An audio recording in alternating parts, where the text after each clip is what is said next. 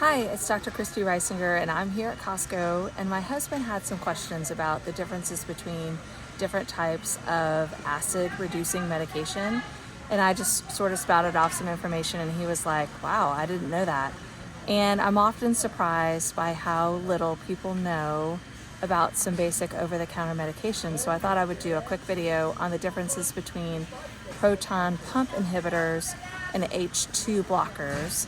And they're two very different types of medications, and I'm going to just give y'all some tips on which ones to use first and why. So, anything that ends with Prilosec, and you can see omeprazole here, or Prilosec, but anything with a generic name, the last name Prilosec, is a proton pump inhibitor, and these medications are really amazing for healing ulcers, or if you have a more serious issue with acid reflux.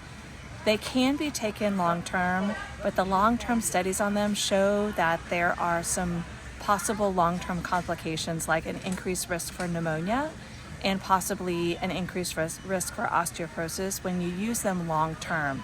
So I much would rather people start something that is a H2 blocker, like famotidine, which is generic for Pepcid AC. If you're just wanting to buy something over the counter for heartburn, like you have heartburn every now and then, like you eat pizza and you get heartburn, start with an H2 blocker like famotidine. I love famotidine. It works really well. It's safe. I think it's probably safer long term if you want to use it every single day. Now, it's not going to be as strong and it's not going to heal an ulcer. And there are certain people that need to be taking proton pump inhibitors, but if you're just an average American that your acid really isn't being controlled with Tums, the next best step for you to try is something like